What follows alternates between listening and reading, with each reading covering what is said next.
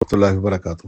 اسی طرح مولانا اسحاق رحمہ اللہ کے بارے میں ایک اعتراض یہ اٹھایا جاتا ہے کہ ناسبی کہتا ہے کہ مولانا اسحاق کہتے تھے کہ عبد الرحمن ابن ملجم لعنت اللہ علیہ ہے جو ہے نا، اس نے جو حضرت علی کو شہید کیا اس کو اس کا ثواب ملے گا، اور وہ مجتہد تھا، اس کو اجتہاد کا ثواب ملے گا، وہ بڑا نمازی پرہیزگار انسان تھا۔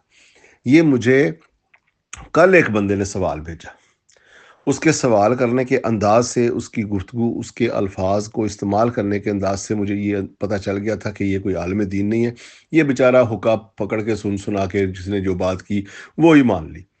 تو ان کے الفاظ کے استعمال سے ہمیں پتہ چل جاتا ہے کہ ان کا جو مطالعہ کتنا ہے۔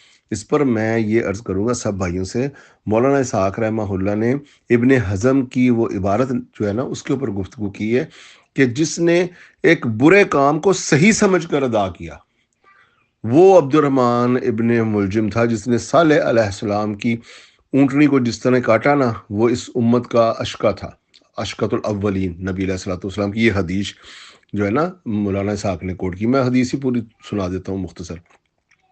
اللہ کے نبی علیہ الصلوۃ والسلام نے حضرت علی کرم اللہ وجہ سے پوچھا کہ تجھے پتہ ہے کہ من اشقۃ الاولین ومن اشقۃ الآخرین؟ تو حضرت علی کرم اللہ وجہ نے فرمایا اللہ و رسول عالم۔ جس طرح کے صحابہ کرام سے کچھ بھی پوچھا جاتا وہ آگے سے یہ جواب نہیں دیتے تھے ہاں جی ہمیں پتہ ہے، وہ کہتے تھے اللہ و رسول عالم، کہ حتیٰ کہ یہ بھی پوچھا جاتا کہ آج کیا دن ہے تو وہ یہ نہیں کہتے تھے کہ آج فلاں دن ہے، وہ ادب سے کہتے تھے اللہ و رسول عارف، کہ اللہ اور اس کا رسول جانتا ہے، ہمیں کچھ نہیں پتا۔ تو حضرت علی نے بھی یہی کہا۔ اس پر نبی علیہ الصلوۃ والسلام نے فرمایا کہ جو بدترین پہلی امتوں کا انسان تھا نا، وہ قرآن میں واقعہ موجود ہے نا، وہ صالح علیہ السلام کی اونٹنی کو جو ہے نا اس نے قتل کیا، اور پھر اس امت کو کبھی فلاح نہ ملی اور وہ امت کا اشقا کہلایا۔ قرآن پاک میں بھی اس کا ذکر آ گیا۔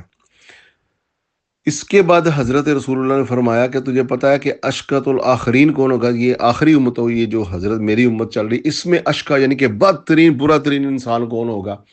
تو حضرت علی کرم اللہ نے فرمایا اللہ و رسول عالم۔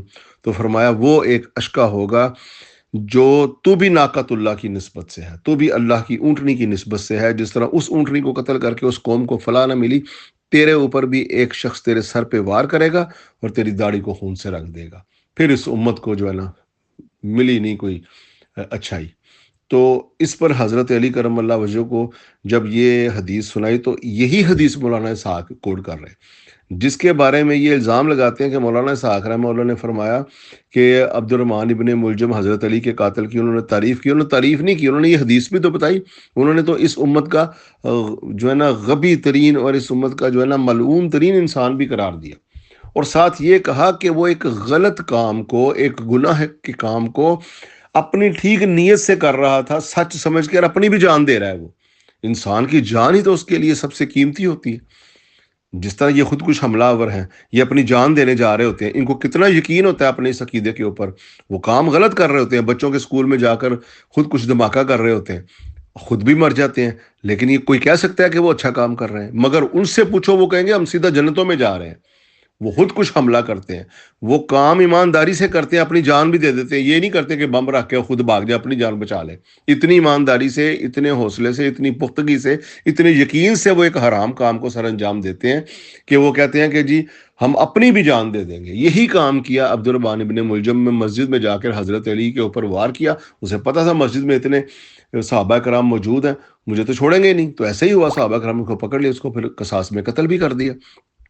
تو اس نے یہ کام کیا اپنی طرف سے، اپنے پوائنٹ آف ویو سے، حق پر جانتے ہوئے، اپنی طرف سے وہ ایک اجتہاد کر رہا ہے، ایک ثواب کا کام کا، اپنی جگہ پر وہ نیکی کر رہا ہے، کتنا اعتماد ہے اس کو کہ اپنی جان بھی دے رہا ہے، اسے پتا کہ یہ جان دے کر میں جنتی ہو جاؤں گا۔ جب انسان کے اوپر جہالت غلبہ حاصل کرتی ہے تو اس حد تک جہالت غلبہ حاصل کرتی ہے کہ لوگ اپنے آپ کو بھی مروا دیتے ہیں اور معصوم بچوں کو یا امت کے بہترین اماموں اور بہترین انسانوں کو قتل کرنے کے آمادہ ہو جاتے ہیں۔ یہ مولانا اسحاق فرما رہے ہیں، اور یہ ابن حزم کی کتاب سے انہوں نے المحلہ سے نقل بھی کیا۔ تو ناسبی جو ہے نا وہ ان کے دشمن، وہ کہتے ہیں دیکھو جی مولانا اسحاق تو عبد الرحمن ابن ملجم حضرت علی کے قاتل کی تعریفیں کرتے ہیں، انا للہ و انا الیہ راجعون، یعنی کہ انسان کو سمجھنے میں بھی کوئی اتنا بے وقوف نہیں ہونا چاہیے۔ تو یہ الزامات اسی طرح مولانا اسحاق کے اوپر لگاتے ہیں کہ انہوں نے جناب اس کی بڑی جو ہے نا مولانا اسحاق رحمہ اللہ نے تعریف کی اور کہا جی حضرت عمر نے بی بی فاطمہ کا دروازہ جلایا اور ان کا بازو توڑا اور ان کا اس سے جو ہے نا بچہ پیڑ سے گرا دیا اور ان کو قتل کیا. بھئی یہ الزامات اہل تشیع لگاتے ہیں. مولانا اسحاق یہ فرما رہے ہیں کہ اہل تشیع یہ الزام لگاتے ہیں، ان کے ہاں یہ کتابوں میں لکھا ہوا ہے. ہم نہیں مانتے ان باتوں کو. اگر ہم مانتے تو حضرت عمر کو حضرت کیوں کہیں؟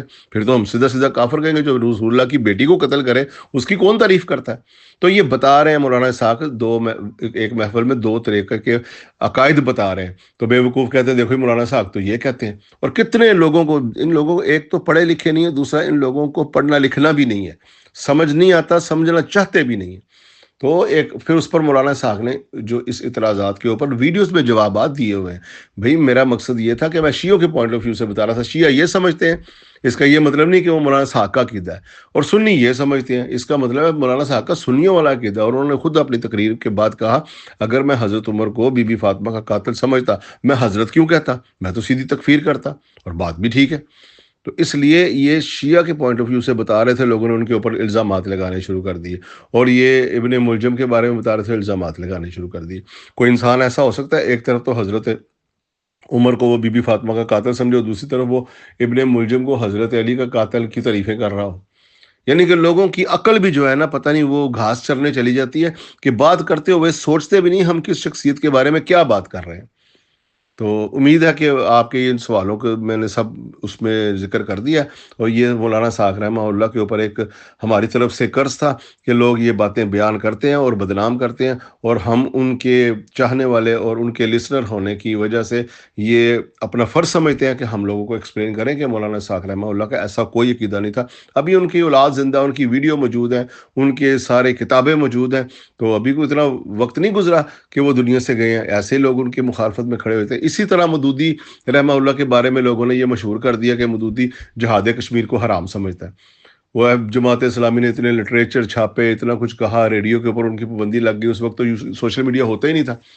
تو اتنا انہوں نے کہا کہ مودودی نے یہ کبھی بھی نہیں کہا، لیکن بس حکومتیں جس کو بدنام کرنا چاہیں وہ بدنام کر کے رہتی ہیں. پھر مودودی کو یہودی کے جو ہے نا تانے سننے پڑے. تو یہ اسی لیے وہ ہمارے چیف آف آرمی سٹاف بھی کہتے ہیں جا فاسق و نبین فتبینوا، کہ اگر کوئی فاسق خبر لے کر آئے تو اس کی تحقیق کر لیا کرو. ایسا نہ ہو کہ تم جو لا علمی میں کسی قوم پر ظلم کر بیٹھو.